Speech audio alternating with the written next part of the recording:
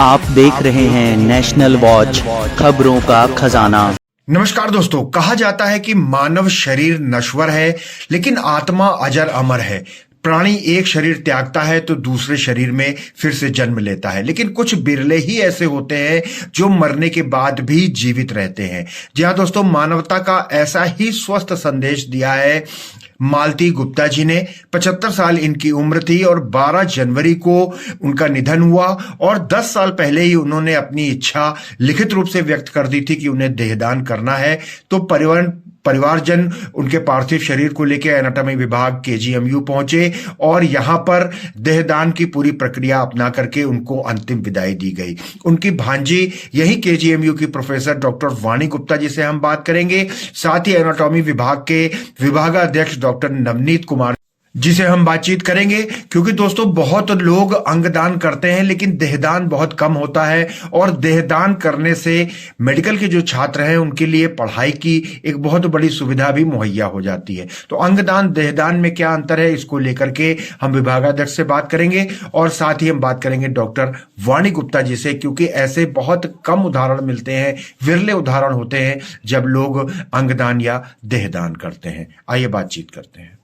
मेरा नाम डॉक्टर वाणी गुप्ता है। मैं केजीएमसी मेडिकल कॉलेज में फिजियोलॉजी विभाग में प्रोफेसर हूँ और मैं हरदोई मेडिकल कॉलेज में प्रिंसिपल के पद पर भी कार्यरत रही हूँ। आज के दिन मालती गुप्ता जो मेरी मामी हैं और मालती गुप्ता ये विवेक रंजन गुप्ता की वाइफ हैं और सत्यनारायण गुप्ता की पुत्रवधू हैं। सत्यनारायण गुप्ता जिन्होंने रिहन डैम और ओबरा डैम जैसे डैम दिए हैं और चीफ इंजीनियर की तरह कार्यरत हैं। और मालती गुप्ता की कोई औलाद नहीं थी, वो बेटी की तरह से मुझे मानती थी। उन्होंने हमेशा शिक्षा दी है मुझे कि जैसे तुम्हारे नाना जी ने रिहन डैम और ओबरा डैम जो आज भी बिना किसी हिले डुले खड़े हैं, उसी तरह तुम हमेशा अच्छे काम करते रहना और कभी भी डगमगाना नहीं, चाहे जितनी परेशानी। और मामी जी की ये सीख आज भी मैं याद रखती हूँ। लगभग 10 साल पहले जब मैं यहाँ मेडिकल कॉलेज में थी, इन्होंने मुझसे ये इच्छा जाहिर की थी कि मैं तुम्हारे मेडिकल कॉलेज में अपनी बॉडी को दान देना चाहती हूँ। और मैंने उनकी इस इच्छा को बहुत ही अच्छा माना। और ये पुराने ज़माने की पढ़ी महिला हैं, 75 साल की उम्र में इनकी डेथ हुई है कल कार्डियक अरेस्ट से। और मुझे बहुत अच्छा लगा कि एक महिला की सोच इतना आगे हो सकती है, जो केवल बीए पास महिला है और एक दिल को बिलोंग करती हैं, छोटे शहर को बिलोंग करती हैं, फिर भी उनकी सोच काफ़ी आगे थी और हमेशा उन्होंने मुझे अच्छे कामों के लिए प्रेरित किया है। तो मुझे आज बहुत ही, हालांकि मैं एक भावपूर्ण श्रद्धांजलि देती हूँ, फिर भी अंदर से एक आनंद की अनुभूति हो रही है कि एक महिला जो ऐसा सोच भी रख सकती है और ये औरों के लिए भी प्रेरणादायक जी। तो मैम, पूरी बॉडी का दान किया इन्होंने? जी हाँ, इन्होंने पूरी बॉडी का दान किया है। हाँ, हालांकि इन्होंने अपने आंखों का दान भी किया था, जो हमारे यहाँ डॉक्टर अरुण शर्मा देखते हैं। कल हमारी उनसे भी बात हुई थी, परंतु इनके कैटरेक्ट का ऑपरेशन हुआ था, इसलिए उन्होंने उनकी रेटिना लेने से इनकार किया था। जी मैम, आज भी बहुत सारे लोग ऐसे हैं जो अंगदान को लेकर के बहुत सारी भ्रांतियां अपने दिमाग में रखते हैं, उन लोगों को क्या कहना चाहेंगे? देखिए, हिंदू धर्म में वास्तव में एक अंतिम संस्कार, एक रिचुअल होता है, लेकिन फिर भी ये सोच रखना कि नहीं, हम अंतिम संस्कार नहीं करेंगे, परिवार वालों के लिए भी, उस व्यक्ति के लिए भी काफ़ी हिम्मत का काम है। हालांकि बॉडी डोनेशन, ऑर्गन डोनेशन हम अपने आप को जिंदा रखने का कारण बना सकते हैं। हम बॉडी डोनेट करते हैं तो कहीं ना कहीं उससे प्रेरित होकर कोई बच्चा सीखेगा, कोई मेडिकल छात्र सीखेगा और वो किसी की जान बचाएगा। तो वो एक, जिसे कहते हैं कि आत्मा कभी मरती नहीं है, वो संचारित होती रहती है।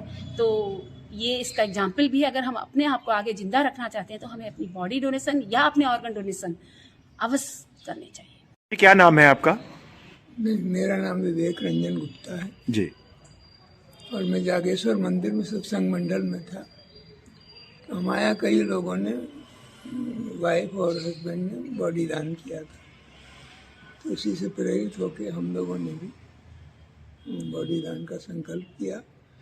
हालांकि बाद में सोचा कि अंग दान करना ठीक रहता कि किसी काम आ जाते, लेकिन चूँकि देह दान कर चुके थे तब एक दान को दोबारा नहीं कर सकते।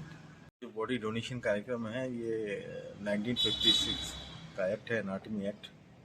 तो अनक्लेम बॉडी के लिए थे, उसके बाद में ये प्रोग्राम शुरू हुआ है और विदेशों में तो बहुत पहले से था।